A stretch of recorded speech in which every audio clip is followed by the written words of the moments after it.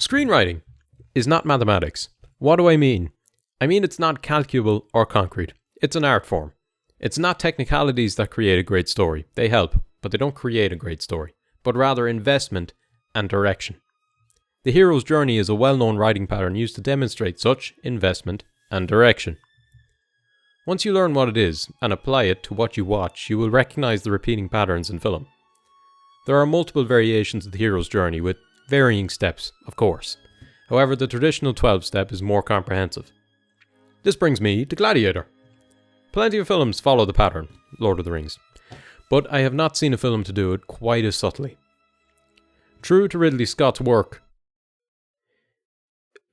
mostly, production quality, world building and technicalities of the film are unbelievable and deserving of a full movie time episode on. But instead, let's take a walk through the hero's journey in Gladiator and show why this film, in part, is as fantastic as it is. We're first shown our hero Maximus in a victorious battle, by all accounts the last of his career as he wishes to return home to his family. A meeting with the aging Caesar changes that fate though. There is a deep connection between these characters, a shared love that runs deep from a wounded history. The Caesar presents the call to adventure. Rome has become corrupt, and the political officials no longer serve the empire's interest. He asks Maximus to rule in his stead as he knows him to be fiercely loyal and righteous. When the moment is right, he would then withdraw and grant power to Rome's Senate and return the empire to a republic. Maximus refuses the proposition initially, and he is granted time to lull it over. It's the classic trope of the reluctant hero. The fact he does not wish to rule is the very reason he is the perfect candidate. Jon Snow is another example from Game of Thrones. You might believe the mentor to be the Caesar, but nah, pay attention this time, yeah? It's her. Lucilla is Lucilla? I don't know, let's call her something else. Jennifer.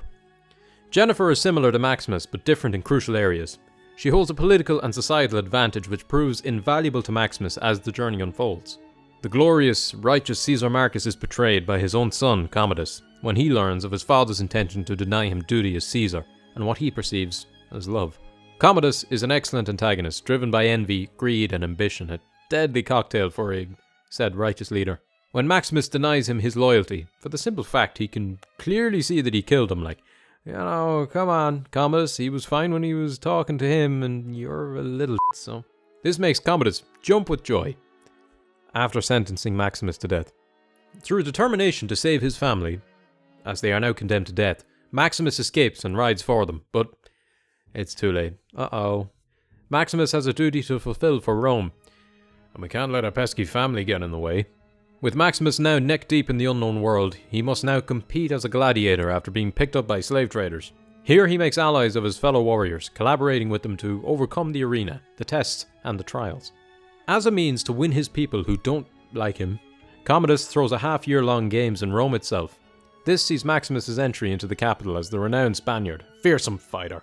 The Romans versus the barbarians. The beginning of the movie. This time in the arena and side switched. Maximus must rely on his allies and skills he's learned throughout his journey to defeat a very powerful enemy, outmanning and outgunning them. His life.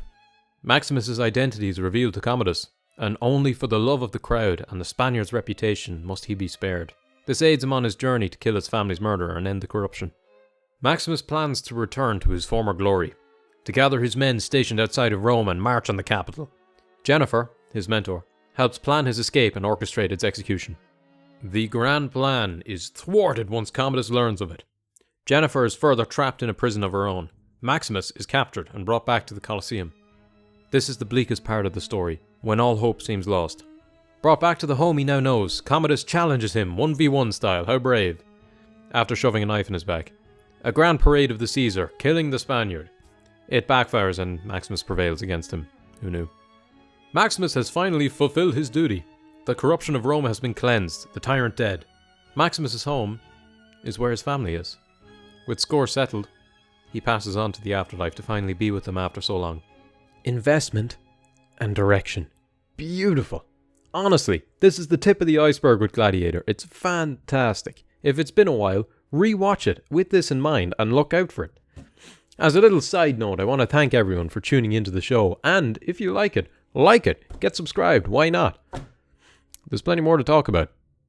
But most importantly, I didn't mean any of it, and remember, it's movie time. Audio rolling, 1010, speed. Not what they say, which is weird. What does it mean? Nobody knows. See, it's all lies. You think I make it up on the spot? You fool. You fool.